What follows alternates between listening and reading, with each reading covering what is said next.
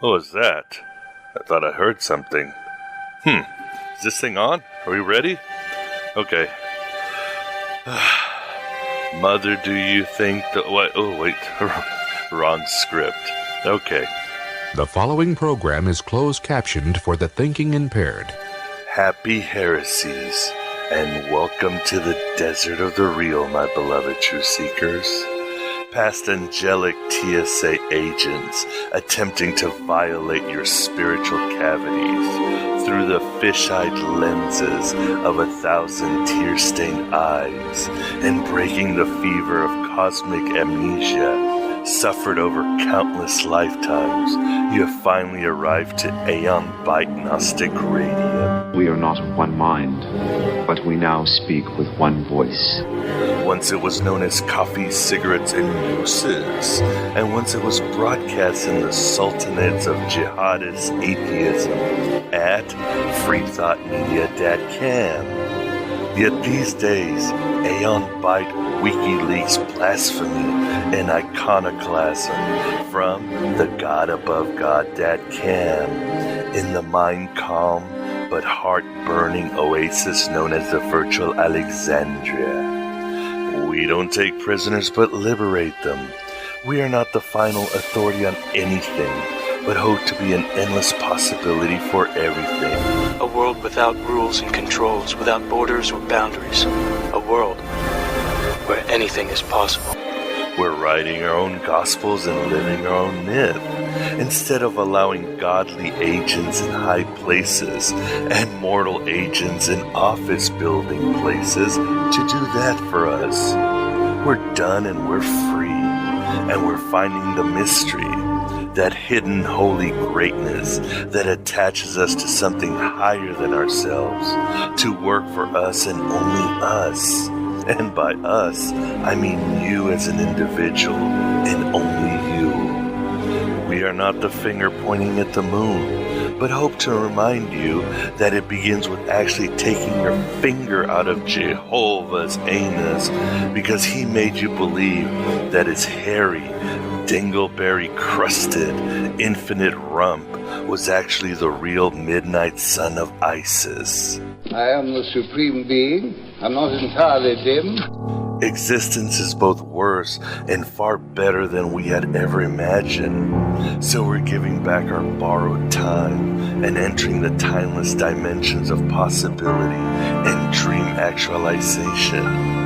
We are the revenge of the myth, the lords of deconstruction, and the word made unflesh.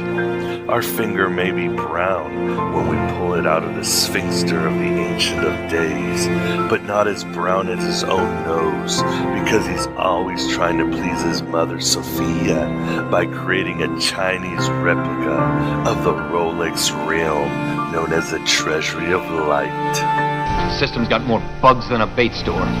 We are Johnny Cash Bodhisattvas, existentialist Galahads, and cyber-surfing Lucifers. We are the Gnostics, the lovers of the esoterica, and the Dionysian freethinkers. And last but not least, we keep the faith, fight the good fight, and finish the race in our search of gnosis, that realization of our Promethean divinity, and fusillade of truth that shakes the very foundation of the deficient universe and our own despotic egos. Why do we have to have evil? I think it's something to do with free will. Like Carl Jung once wrote, one does not become enlightened by imagining figures of light, but by making the darkness conscious. And that is our quest as eternal champions, sailing the seas of fate through the gnashing rocks of orthodoxy, all the way to the farthest shores of imagination.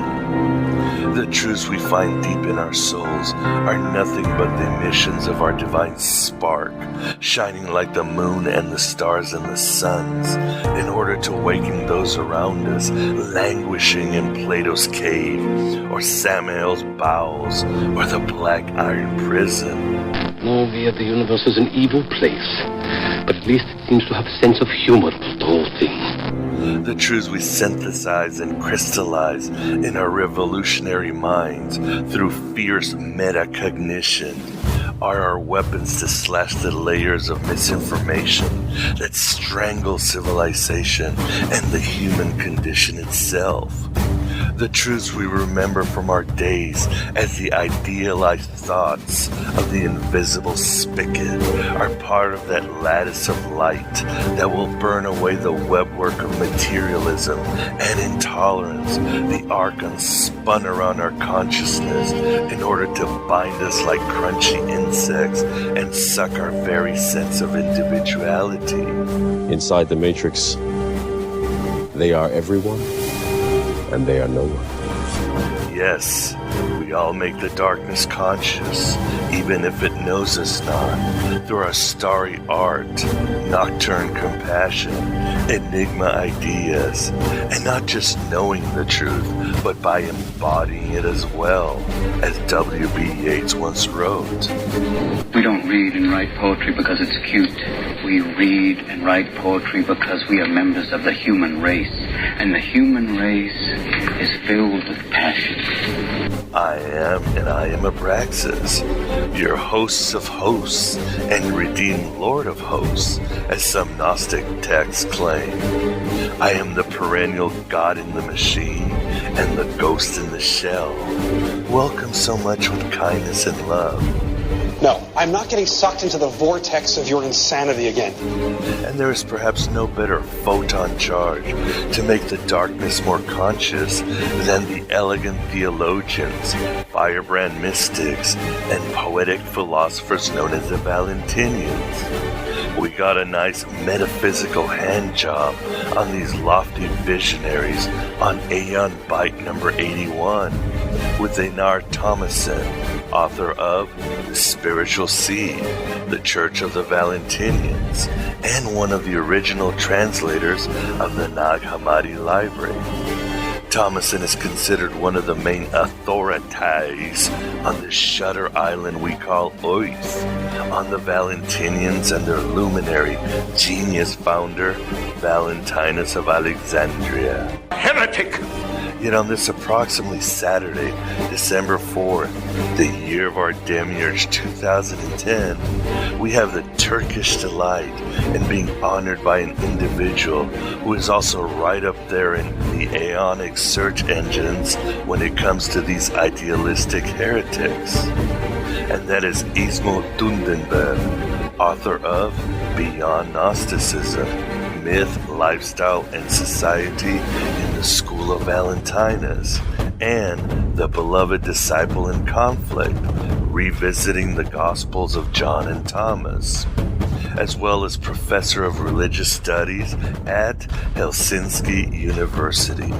Let me have your attention for a moment. Love his last name, Dundenberg, and it sounds like a horror show villain or the name of an 80s rock band. Dundenberg, done dirt cheap. Maybe AC/DC could have sang. Dundenberg. Sell crazy someplace else. We're all stocked up here. But seriously, you'll find that the good professor, like most brilliant scholars, is an individual who truly grasps and pulls out the living heart of Valentinianism, like some Kali priest from the movie Temple of Doom, except he makes the heart shine in order to make the darkness conscious. Besides Thomason's book, I can't stress enough how essential it is to have in your gummy bear-stained hands Dundenberg's Beyond Gnosticism, if you're ever going to understand the depth and spiritual orgasm that the ideas of Valentinus brought to the world, and in fact changed both the course of Christendom and mysticism forever. Although the always hormonal church fathers would disagree. And may the Christian Lord guide my hand against your Roman popery! As Elaine Pagels writes in Beyond Belief, there were probably only a few hundred Valentinians amongst thousands of Christians in Rome in the 2nd century, but they made the church fathers pee in their frocks, such was their influence. And perhaps Valentinus might be the original template for Saint Valentine, as others and I have proposed in several articles. So you can thank him for that day where love and romance are prostituted in a material orgy of overpriced gifts and dinner dates on weeknights. You find yourself having nothing to say to your significant other. Are you trying to develop a sense of humor, or am I going deaf? Beyond the writings of Valentinus that include fragments and perhaps the gospel of truth, we have the supernova theologies of many followers and schools. And some of these include Ptolemy and his Corinthian cosmology, with Sophia's menstruation basically bringing about creation. Marcus the magician and his democratic, egalitarian concepts that included a goddess named Grace, whose body was tattooed with glowing Greek letters that contained the secrets of the multiverse. Or Heraclon and his passion for the Gospel of John, while Orthodoxy ignored it completely. And there is, of course, Theodosius and his penetrating sermons that defined the nature of gnosis, presented the fluency of astral flights, and even extolled the importance of science and reason. Science is the enemy of everything that's natural in life. And we can't forget the aerial but conglomerate Valentinian works in the Nag Hammadi Library. But, as most scholars and gods of self-evidence agree, the Valentinians, along with the other Gnostic sectarians, were the intelligentsia, the overachievers, and basically the great Gatsbys of the Christian world. As Edward Gibbon wrote in Decline and Fall of the Roman Empire, the Gnostics were distinguished as the most polite, the most learned, and the most wealthy of the Christian name.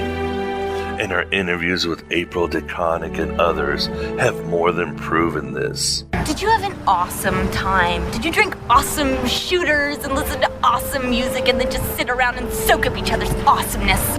History reveals the same enchilada with the Manichaeans and Cathars, who despite being called world haters and dualists and on-the-rag cynics, were loved, admired, respected, and sought after for their wisdom wherever they went, until the local state religion got hold of their intentions to, well, make the darkness more conscious. We can't have people thinking for themselves for a civilized society to survive, can we? See, it's no good, Monty. We've all got to be alike. The only way to be happy is for everyone to be made equal. Professor Ismo Dundenberg will certainly support and expand on my skimble-scamble in our interview in a thorough inventory of the Valentinian flavor of ethereal yet cultivated Gnosticism.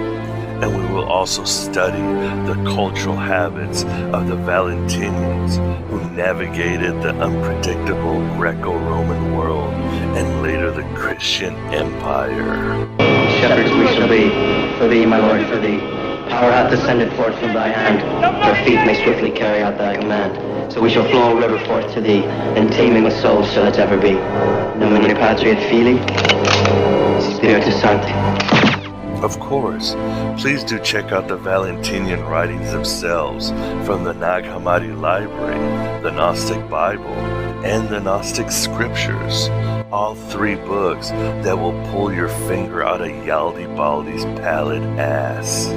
And that includes reading their introductions for the ethos and often pathos of these florid mystagogues who threaded the theological needle so well in between Gnostic heresy and Orthodox doctrine. Another day, another defilement. I've always loved this little ditty from Valentinus himself called Summer Harvest. In the spirit I see all suspended, in the spirit I know everything held, the flesh hanging from the soul held aloft by the air suspended from the ether, fruits manifest themselves out of the depth, a child emerges from the womb. or this one called annihilation of the realm of death. From the beginning you are immortal and children of eternal life. You wish to distribute death amongst yourselves so as to consume it and annihilate it, and so that death might die in and through you. For when you dissolve the world and are not yourselves dissolved, you rule over creation and over the whole of corruption. Better to reign in hell than serve in heaven, is that it? And how about dem apples of this one called Adam's faculty of speech? Something like fear overcame the angels in the presence of that model Adam, because he uttered things that were superior to what his origins justified, owing to the agent who had invisibly deposited a seed of higher essence and who spoke freely. So too in the races of worldly people, human artifacts become objects of fear for their creators. For example, statues and images, and everything that is made by human hands as representing a god. For Adam, modeled as representing humanity, made them stand in fear of their pre-existent humanity. For precisely the latter stood in him, and they were stricken with terror and quickly concealed the work. The angels are coming for you, but listen, your life could depend on this. Don't blink. Don't even blink. Blink and you're dead. They are fast, faster than you could believe. Don't turn your back. Don't look away, and don't blink. No wonder Valentinus might be the original Saint Valentine, and Irenaeus complained that Marcus the magician stole all the chicks from his town in France. With that language, those Valentinians probably got plenty of Roman tail. And there is some evidence they quite enjoyed sex, romance, and marriage, unlike other Gnostic rock bands. Relationships are for people that are just waiting for something better to come along. But enough of my drivel. Away we go out of Yaldi-Baldi starfish, and to make the darkness conscious with our interview with Ismo Dunderberg. And after all speaketh more of this new book by Aeon Byte called Voices of Gnosticism.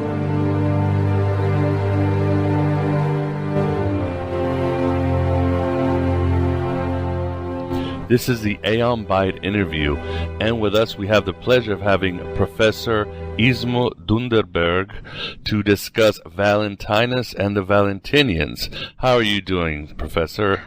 I'm doing fine. Thank you very much for coming on Aeon Byte. Could you tell us from your research who was Valentinus and how did he come about to establish his schools? Valentinus was an early Christian teacher, often designated as a Gnostic, but I approach him as an early Christian teacher who received his education probably in Egypt, and from Egypt he came to Rome around 130 CE, and then he became obviously quite successful as an early Christian teacher. So the later rumor even had it that it was a very close call for him to be elected the Bishop of Rome. It may be that the rumor isn't historically accurate, but it shows his relevance or importance in Roman congregations. We don't know for sure if Valentinus ever left Rome after he went there. It seems that he established a group of people, probably educated people, and we know quite a number of Valentinians, people associated with Valentinus and usually described as either as his followers or members of the school of thought established by him. And would it be safe to say that such stories that he almost became Bishop of Rome came in second place, or I believe it's Eusebius quoting somebody saying that he came up with the concept of the Trinity and other things. These things you have to take with a grain of salt, don't you? Yeah, it's these. For example, the thing with the bishop thing is that the story continues, and you find the story from Tertullian, and the story goes that Valentinus, because he wasn't elected, he became bitter, and only for that reason became a heretic. So it's a very polemical story, and we have a competing version of why Valentinus became heretic, and the competing version is that he shipwrecked in Cyprus, I think, and therefore he went mad. Of so course. We have but I wouldn't say that either of these stories is true. Probably they are both based upon later malevolent rumors, and all these kind of stories, regardless of who tells those stories about whom, should be taken with a grain of salt. And as you mentioned before, it seems that the problem, especially with all the research that's been done with the Nag Hammadi Library and so forth, is the concept of Gnosticism. Do you see Gnosticism as a problematic term, and can it even be applied to the Valentinians?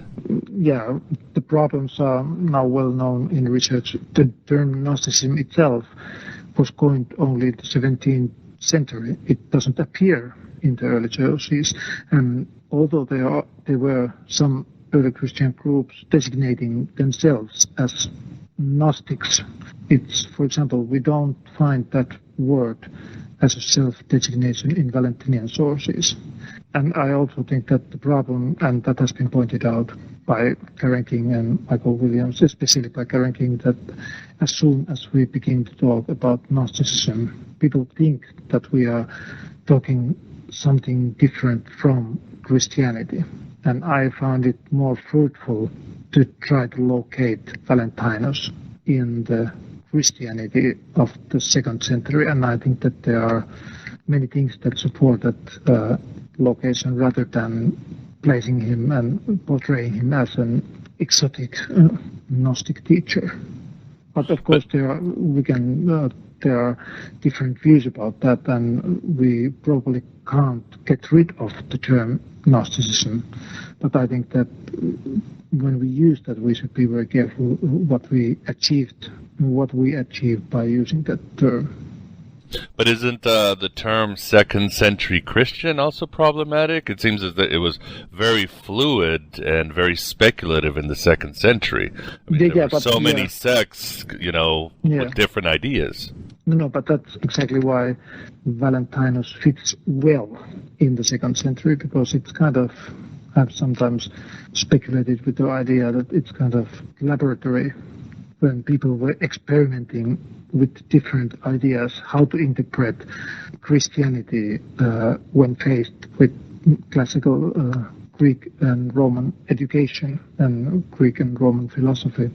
And I think that what makes the whole thing in the 2nd century so interesting is actually that everything seems to be in motion still. There are no councils yet which decided how Christianity should be understood, but people were kind of approaching that issue from different perspectives.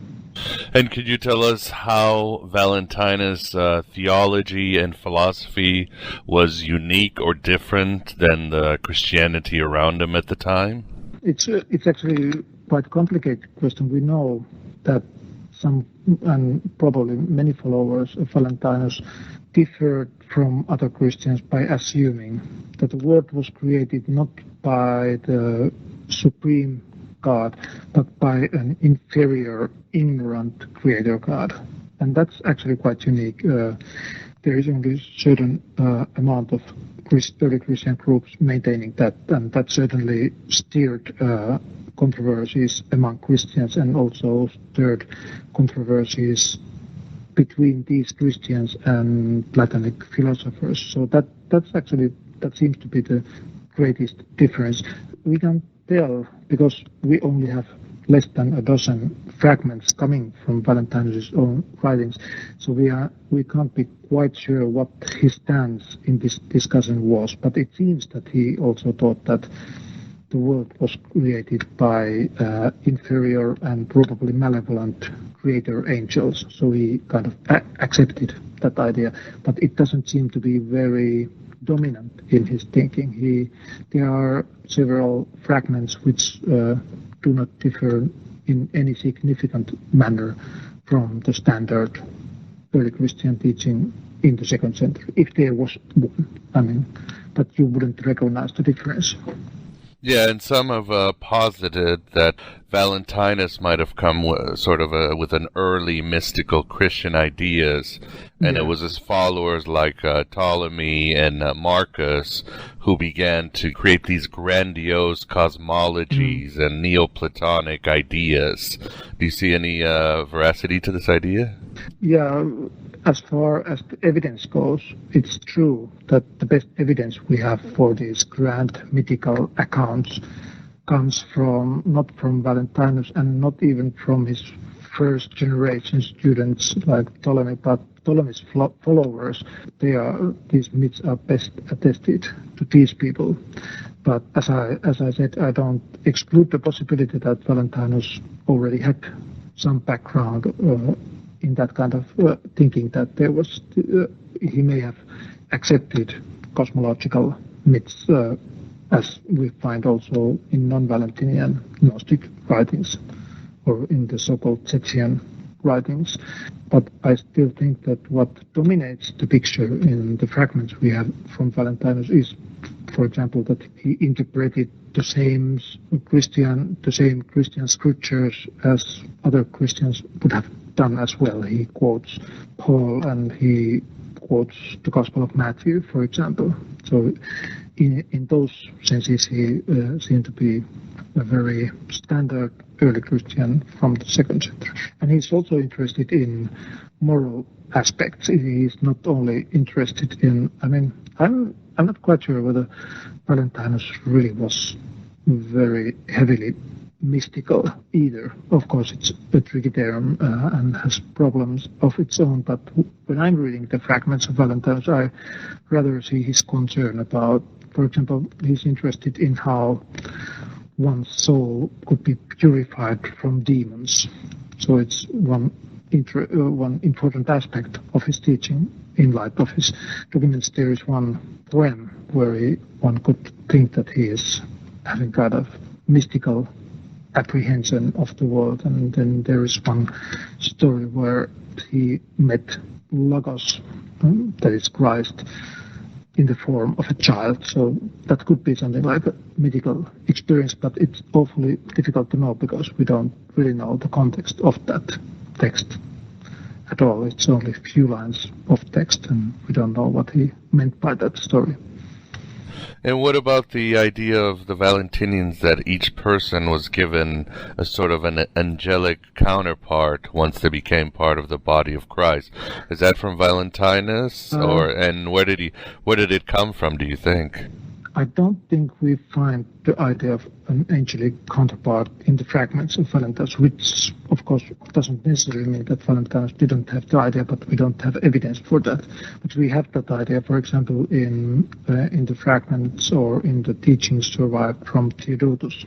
My understanding is that you can follow that line to Jewish traditions, but I think that's also that might be one quite important idea for certain Valentinians, that they have angelic counterparts, and it was also a very important piece in the anti-Valentinian polemics, because Tertullian kind of expressed horror at the prospect of being married to an angelic counterpart after death, because he thought that angels are male, and of course as male he made fun of that idea by insinuating that I don't want to be an angel sex toy after my death. This is pretty much what Tertullian says. It's quite gross, I would say. So that would have, but I'm sure it meant that you are simply joined to your angelic counterpart, sort of the daemon or the eidolon, or later on Mani, meeting his divine twin and so forth. Yeah, I think basically the idea is the same. I'm not quite sure whether Mani or the Thomasine Christian would speak about angels in that connection, but basically the idea is very similar, that you have a kind of part of your soul stored somewhere else, and you are you have become separated from that original connection, and you are returning to the original state, and it's expressed in different ways. For example, in Thomasan literature, the same idea is expressed in terms of twinship. Many cases that it's not only the angels but also the idea of one's heavenly twin or heavenly spouse. All these possibilities exist. And another question that is often brought up is the notion of dualism. Do you consider the Valentinians dualists or some sort of qualified monists? Yeah, it's a very difficult question, because I think if we look at, when it comes to their theological system, it seems to be dualistic in the sense that there is a strict separation of this world and the other world, the supreme God's world. But on the other hand, it seems when we compare Valentinian teaching to other, for example, Sethian texts, it seems that the Valentinians held a much more positive view about the visible world. They didn't think, for example, that the lower, inferior creator God would be very hostile towards mankind. They rather thought that this demiurge might be ignorant, but he's not malevolent. And they thought that especially the Valentinian Christians themselves were especially loved by the demiurge. So it doesn't sound in the practical level very dualistic, and it also seems that they weren't, and their views about this visible world were not particularly negative, I think, at least for most Valentinians. I guess the question is, although, for example, you read the tripart tractate, or let's say the Gospel of Truth, everything happens by the will of the Father. But ultimately, matter and spirit are completely different, or come from different sources, or that's how the Valentinians played with it. They weren't going to blame. They weren't going to blame matter on the Father, even though he allowed it. Yeah, and definitely the idea for Valentinians is that matter won't be saved. So they were, but it was also commonplace in antiquity that, of course, it may sound somewhat blasphemous for present-day Christians that the flesh won't be saved, but most people in antiquity would have agreed that the flesh wouldn't be saved, because everybody saw what happens to the flesh after that. It was rather, I think we can speak about monism and dualism in Valentinianism on very different levels. And one of the things is that unlike in some other so-called Gnostic systems, in Valentinianism there are no two different original principles. There is no original evil principle. So it is monistic in that sense that everything, including this visible world, kind of emerges and goes back originally to the supreme God. There is only one original principle, and there are not two opposing principles as in some other later, for example, in my understanding is that in Manichaean texts you may find this kind of original opposition between good and evil, but in Valentinians it's rather that the whole thing stems from a single source. But on the other hand, then there is great variation in terms of the visible world, how hostile you would find it, or, I mean, Valentinus himself, for example, believed that people can be possessed by demons. So that's basically, it may be you may call it dualistic understanding as well. And some Valentinians like Heracleon even thought that even the soul, which most people would think in antiquity that the soul survives. So Heracleon thought that the soul itself wouldn't survive after death. I'm not sure whether that should be called dualism, but it certainly kind of shows certain attitude towards the visible world. But it's not overtly negative, I would say, after all. Yeah, and it seems the Valentinians came up with a sort of compromise, and that was basically the psyche, right? You had the tripartition of man, and the psyche was a sort of, again, a compromise. And I believe some, I don't know if it's Valentinus or Valentinians, believe that the psychic human could gain salvation, but he would gain a lower form of salvation, right? Yeah, that's one, in my view, that's one Valentinian theory. On the other hand, it was perhaps a more common notion in antiquity that the soul, psyche, is the place where the decision between good and evil is taken. So where the human being takes the decision whether he wants to follow good things or whether he or she is inclined to evil things.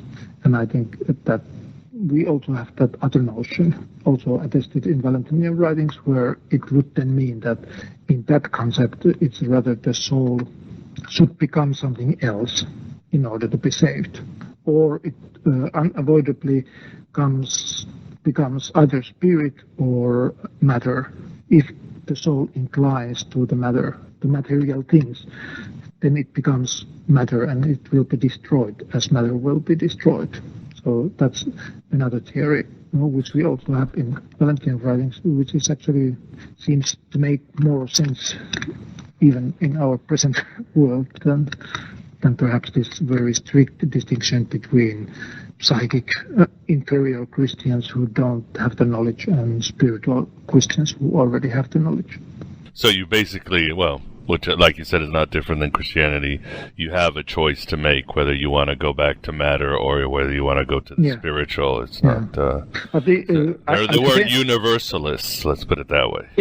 I should emphasize that I think we have in the Valentinian sources evidence for both understandings. So I think that usually Valentinians are described as having the idea of three fixed categories for human beings. But that's only one theory, and the other seems to be more flexible in the sense that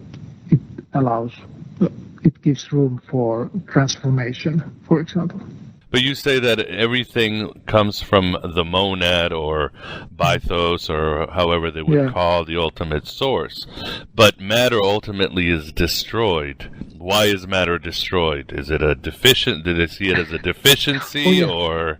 It seems that it's kind of, matter is kind of, in Valentinian mythologies, it's kind of byproduct of the cosmological myth. I think that it's kind of, in ancient philosophy, matter, in most philosophies, matter was as original as God, because the Greek and Greco-Roman philosophers usually couldn't, or perhaps they could, but they didn't find the idea attractive that the creator God would have created something out of nothing. So they thought that God needs matter to create something. And as soon as God begins to create matter, it no longer is matter, it becomes something else. But Valentinians thought that matter has an origin, and they also thought that the matter has an end. So they actually, in that sense, they were adapting that of Jewish Christian eschatology also to the fate of matter. They thought that it was the matter emerged at the same time as the demiurge, and the demiurge, the lower god, worked at matter. But at the end of times, matter disappears, and also that also means that material human beings disappear or are destroyed as well. It probably was the idea, if they promoted that idea among philosophically inclined people, those people found something familiar, the whole fuss about matter, and on the other hand, they found something quite new, the idea that matter plus people inclined to matter will be destroyed at the end of times.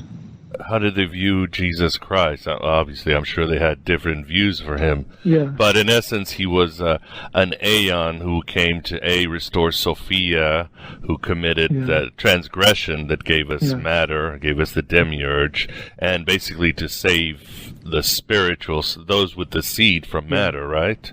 Yeah, I think that, and they also, it seems that they usually called, or they spoke about Christ, or they used some other forms for that aeon or eternal being who came to visit the fallen Sophia, who was left outside the divine realm.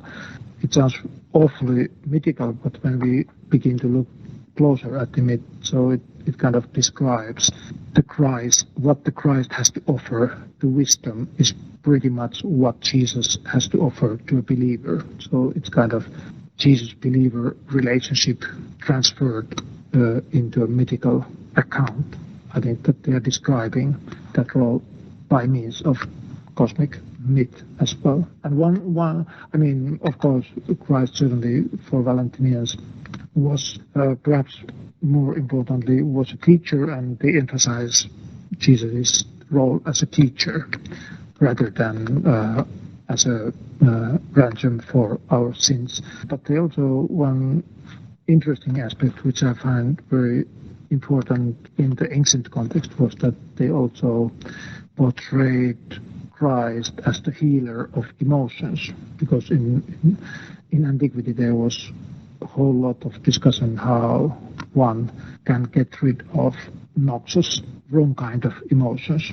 And there were different theories how people can achieve peace of mind. And I think that Valentinians offer one theory of that kind of. They wanted to portray Jesus as meeting that expectation that he was the doctor of emotions, as in ancient philosophies, the philosophers themselves were often portrayed as doctors healing emotions. He was a sort of heavenly psychologist, heavenly Freud. Yeah, heavenly Freud, or heavenly Heidegger, or heavenly philosopher. I think, perhaps even more philosopher. Yeah, but he doesn't, I mean, in most cases, I'm not quite sure whether he would qualify as the heavenly Freud, because I don't remember if we really have any accounts where Christ is portrayed as listening your problems. I mean, it's more like that he simply takes them away. And I know, again, we're going back to the Church Fathers, who kind of split the Valentinians between Western and Eastern. Yeah.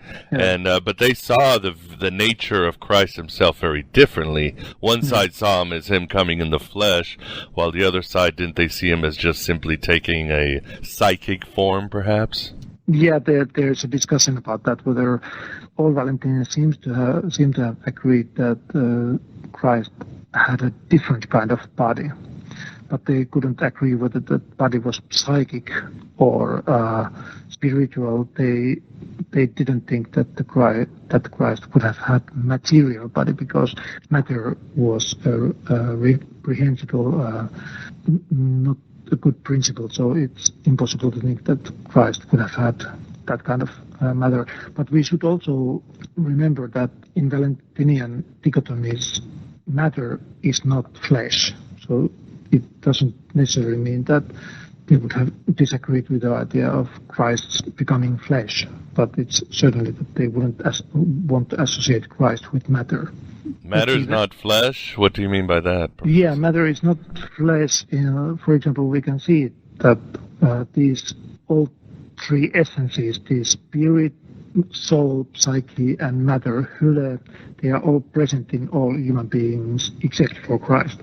And then the human being, only after then, when the human being has all these essences already, only then the human being is provided with leathern garments. And that comes from the Genesis creation story, where God sews the leathern garments for Adam and Eve after the fall.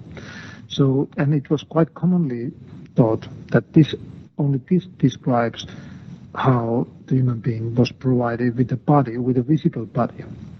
And Valentinians had that notion as well.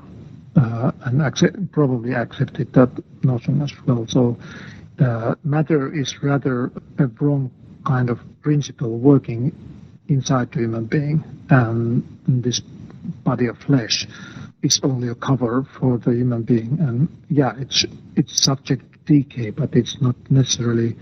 The Valentinians were not, unlike the Sethians again. The Sethians really described the body as a prison of the soul, or as the prison of a spirit. But Valentinians rather seem to have thought that body is something we must have, but they didn't really think that body itself is matter. Matter is rather more profound principle. Another interesting question, and I don't know if there is an answer, but the whole question's, we do know that the groups that you could at least put somewhere in the category of Gnosticism, that we do have actually writings, are the Sethians and the Valentinians. Do you see them as completely parallel movements, or could they have crossbred at certain points? Well, yeah, I rather think that sometimes, they are usually grouped together because they are both lumped together as Gnostics.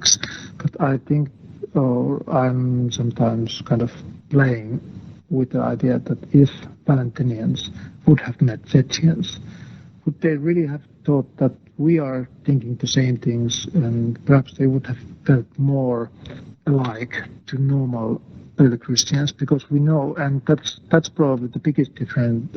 Of course, in the level of myth, it seems that the Sethian myth is much more radical or extremist in its condemnation of the Old Testament and its portrayal of the inferior creator God as evil, while Valentinians seem to be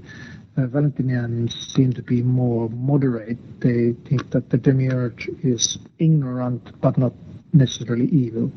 And they also, in terms of social organization, we know from Irenaeus that for him the big problem for that Bishop of Lyons was that Valentinians attended the same meetings as other Christians. And that's a particular problem for Valentinians. And I would assume that Sethians were also socially more distinct from other Christians. So, in terms, if we could use the terms sect and church, Valentinians certainly were more church-oriented people, and certainly were not, at least in terms of their myth, not so distant from the surrounding society, whereas Sethians seem to have been more rigid in their evaluation and more kind of supporting more radical distance from the society. Yeah, but we don't know if their ideas were parallel or at some point there's no evidence of, like you said, there's no evidence of a Sethian and a Valentinian having a conversation in a pub in Rome.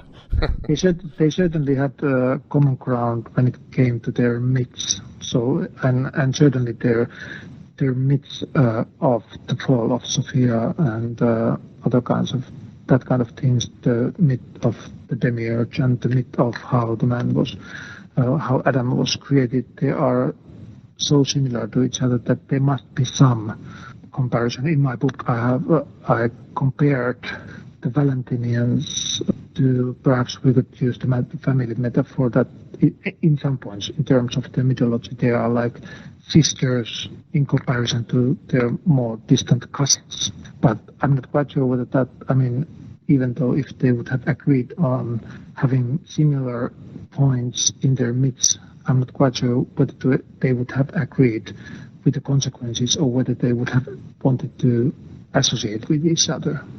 Isma, what were some of the sacramental practices of the Valentinians that we know of? In most cases, for example, I've read Ennard Thomassen's great analysis of ritual in Valentinian writings, and what he reconstructs is sacrament of initiation that is strikingly similar to what all early Christians would have gone through. And I think in most cases we could also interpret the same text as bearing witness to Valentinians discussing the importance of the usual Christian sacraments. But of course we have some evidence for For example, there was one Valentinian group led by Magus, who was then called also the magician in the hostile sources by the opponents. And it was told that Magus and the followers of Magus practiced, for example, there were even bishops conducting a kind of deathbed ritual to those about the disease.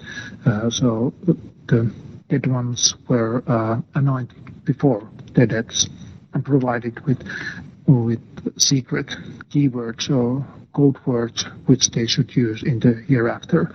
And that certainly is a ritual practice we don't have in that form in other Christian circles. Really, in some Valentinian groups, they had their distinct ritual practices as well. Mm-hmm. So you mean they were given these secret words, in other words, while they travel up the heavens to get to the gate, the archons? Yeah. These are the answer, because in that form of Valentinianism, they kind of were, in the sense, hellfires, because they kind of assumed that when you go to the hereafter, then you meet angelic or some kind of rulers commanded by the demiurge himself. And you must be able to give the right answers to these gatekeepers in the hereafter in order to be released and in order to get back to the pleroma, to the realm of fullness. But I think it's not necessarily, the picture of the demiurge in this ritual is much more negative than in Valentinian sources in general. So and therefore I assume that this practice wasn't commonly practiced by all Valentinians, but by a certain group of Valentinians. Ismo, do we have any evidence that some Valentinians might have believed in reincarnation? I'm not quite sure. In the Sethian writings we would have, but as far as I can recall, but I may be wrong at this, I don't recall that we would have any clear evidence for reincarnation in Valentinian sources. And what about the very sometimes romanticized sacrament of the Bridal Chamber, which I've heard different ideas from more common, that it was simply a form of chrism of baptism, to the more occultist radical one that was they actually practiced sex magic. What is your view on the Bridal Chamber? But this is something we hear only from the hostile sources, and of course we know that kind of very innocent rituals in the hands of the opponents can turn into very vicious things, because we know that Christians altogether in antiquity were accused of, for example, cannibalism, because they had Eucharist. So the rumors were that developed from that Christians are eating human beings in their meetings, and people are practicing because they were meeting at night, the Christians. Then they must be orgies, and I think that when these church fathers, when the hostile sources describe Valentinian sacraments, it may well be that I'm inclined to think that they are not much more reliable than these other people accusing all Christians of similar non-moral behavior. I think we don't have any first-hand evidence for that kind of immoral rituals taking place. Of course, everything is possible in the region of religion. We know that these things may happen or take place in religious groups, but we don't really have any secured evidence. We have only very malevolent, ill-meaning. So you don't see the Bridal Chamber as anything, just another sacrament? I find it possible that there was some additional sacrament, at least practice in some, because it's sometimes mentioned in the connection of baptism and Eucharist and Bridal Chamber. It looks like it could be a ritual, at least in certain, but already Irenaeus tells that Bridal Chamber was practiced among Valentinians in different ways, and somebody simply thought that it's kind of the spiritual initiation that didn't require any sacramental aspect in terms of material things. So it's very difficult to know. Our evidence is we have much less evidence that we would want to have about the Bridal Chamber. Irenaeus certainly wants us to believe that Valentinians had this immoral ritual which they want to practice in everywhere and every place where they go. And a question of free will, I believe April DeConnick writes in the 13th Apostle that when you had baptism, the rulers of the stars were actually replaced with the apostles. And that was the way that the Valentinians were able to get rid of Haymarmene. Do you agree with this, or how do you think they saw the concept of free will and fate? Yeah, it's a plausible explanation. It certainly comes from the text called Excerpts of Theodotus. In any case, the text clearly states that the fate is valid only as long, or only before the baptism. After baptism, we are liberated from the faith. I've been thinking about that, whether that means that after baptism you understand that the faith doesn't exist, or whether that literally means, as we may gather from the text itself, that faith is a real factor before baptism. But in any case, they claim that after baptism people are free from faith. It's actually quite interesting as well, because almost all people who were discussing about faith in antiquity, they claimed that all other people are subject to faith, but we are free from it. So it's also not so unique, we would assume, in the beginning. So to say the least, basically if we were to travel back in time, we would not be able to tell a Valentinian from a Christian if we were walking down the street or going to church. Yeah, perhaps they had meetings on the weekend where they discussed philosophy, but outside of that, they were one and the same. That was Irenaeus' big problem, and to solve. He had a lot of problems. He wrote a massive 5-volume work to make the difference clear to the audience. So it certainly shows that people didn't really, the ordinary Christians didn't know who were Valentinians, who were other kinds of Christians. And even for these Marcosians, the followers of Marcos, it is told that some faithful women attended their meetings and only during the meeting realized that this is not a normal Christian meeting, so people didn't know in advance which Christian groups were those which Irenaeus would have liked or which were the opposed one. So it certainly was a big problem, and I would assume that it may be that, I'm not quite sure how many Valentinians would define themselves as Valentinians. It's quite clear that their first and foremost self-designation was that of a Christian rather than a Valentinian. But some of them certainly designated themselves as students or followers of Valentinus as well. And one last question, Ismo, if you don't mind. This is from a friend who's been studying Coptic and Greek, and he told me that Thomason suggests that the poem, the really beautiful poem, Summer Harvest, can be read in a strictly dualistic sense. But he says that when he read your book, you say that, no, it's a very monistic poem. What is your argument to counter Thomason's view of Summer Harvest? I think that, of course, the poem has been interpreted in that way already in Hippolytus, where we find it. There is a short commentary, but I think I agree with Einar that the commentary is secondary.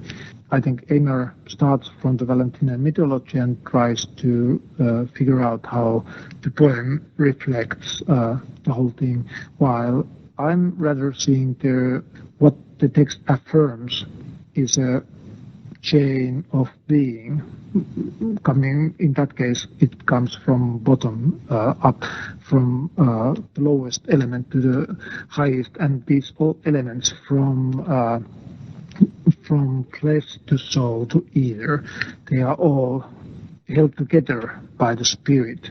So I think that even the flesh belongs to the cosmic chain, held together and sustained by the divine spirit. So it sounds awfully, and this is actually not my argument to begin with. It's from Christoph Marx, who pointed out that it doesn't sound awfully dualistic. It's rather, it sounds much more monistic in the sense that the whole cosmic world, including the visible world and including the body, they are all part of that great chain of being, and that whole being is kind of provided by the divine spirit. So there is no rupture at any point there in the poem. So that would be my main argument. And now, of course, I'm happy if somebody among your listeners has both idea. Oh, you might get some emails. Don't worry about that. Yeah. Very intelligent. It's actually, and it's a good point, because that's certainly one of the points where the scholars' interpretations of Valentinians differ. Is whether how much Valentinian mythology we should read into the fragments of Valentinus. And if you don't mind, one last question I have. Sure. The tripart tractate has always sort of confounded me. I don't get a feel that it's completely Valentinian, maybe because of the switching of the mythos and the lack of Sophia, maybe because it's more monistic than others. Yeah. What is your take on the tripart tractate? I think that there is, although the figure of Sophia is lacking there, we have very similar figure of logos, or the word there, but it's actually quite, and what I find intriguing in that text is that it is so much concerned about society and the structure of society and what it does with the cosmic myth. It explains why the things are as they are now, and it explains how the society and why the society has hierarchies and why the church must suffer in the hands of those who have the power. So I find it actually very, I think, I would be inclined to think that it's a Valentinian writing, but it certainly sees, or it makes different points than, for example, the Valentinians whom Irenaeus describes. So it's quite different take on Valentinian myth and different application concerning what we should do with the myth and what should we explain with the myth. It's not so much focused on human beings and their different classes, but it's also interested. It shows interest in how the society is structured and how perhaps it's kind of. I argue that it's kind of it can be read as kind of mild criticism of the ways things are right now in society. That makes it much more interesting for me. So it's sort of a pastoral version of Valentinian thought. It's a pastoral version, but it's also a political version of Valentinians. All right, Ismo. Well, I think that's all the time we have today. I'd like to thank you very much for coming on Aeon Byte and giving us your time. Oh, thank you, Miguel. That was a pleasure to talk with you. The pleasure is all ours, and we hope to have you on soon, sometime in the future. I look forward to that.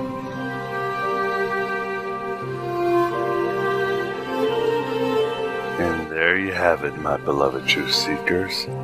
Ismo Dunderberg, author of Beyond Gnosticism, Myth, Lifestyle, and Society in the School of Valentinus, and The Beloved Disciple in Conflict, Revisiting the Gospel of John and Thomas, as well as Professor of Religious Studies at Helsinki University. And what a lovely early Valentine's Day present he gave us with his sapience and erudition on the truly agape theology and philosophy of Valentinus and the Valentinians.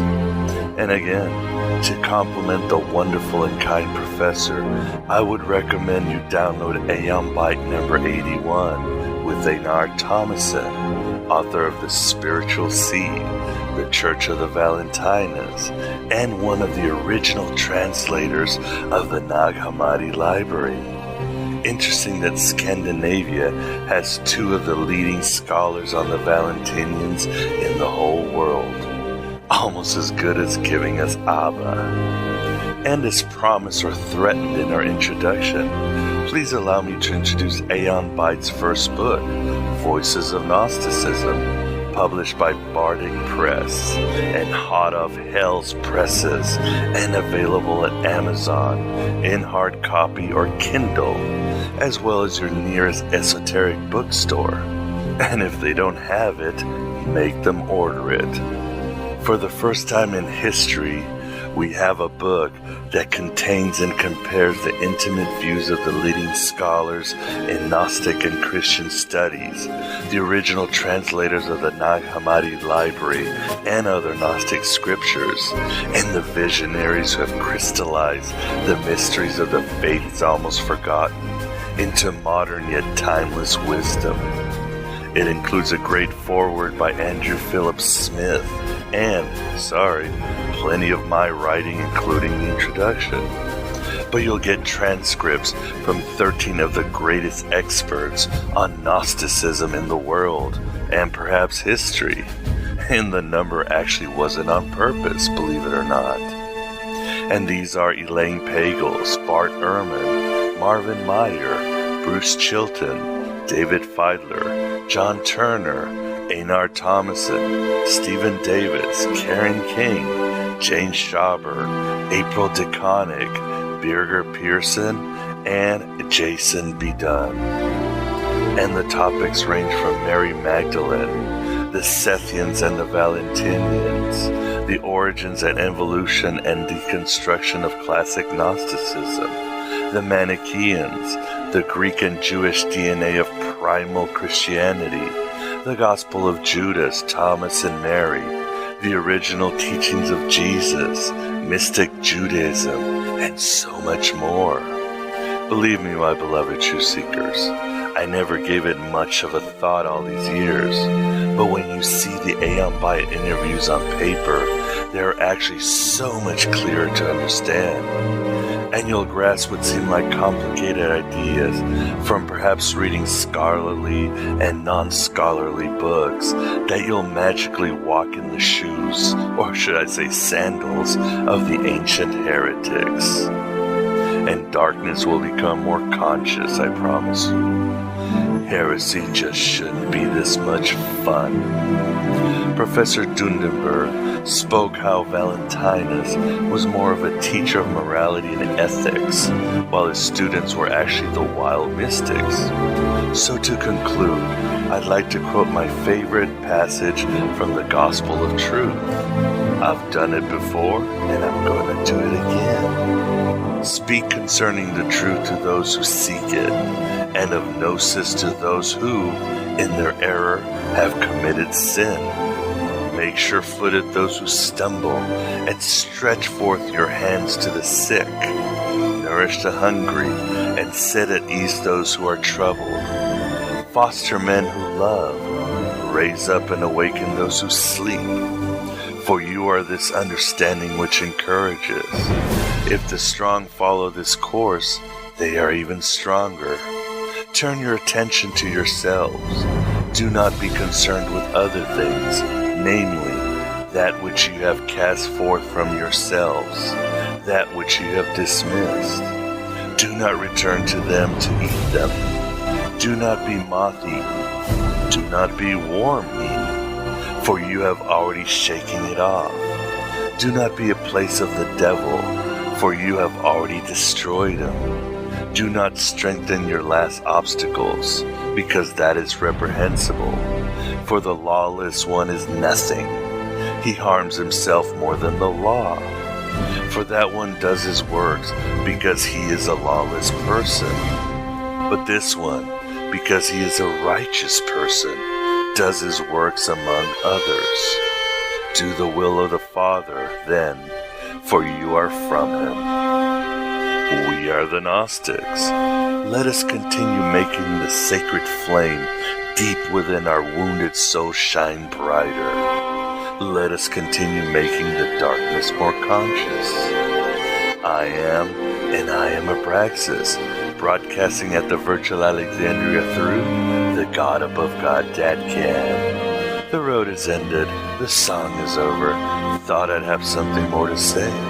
But don't cultivate any troubles, my beloved truth seekers, because like heaven above you, the spy that loved you, I'm keeping all of your secrets safe with me tonight. Hello and goodbye as always.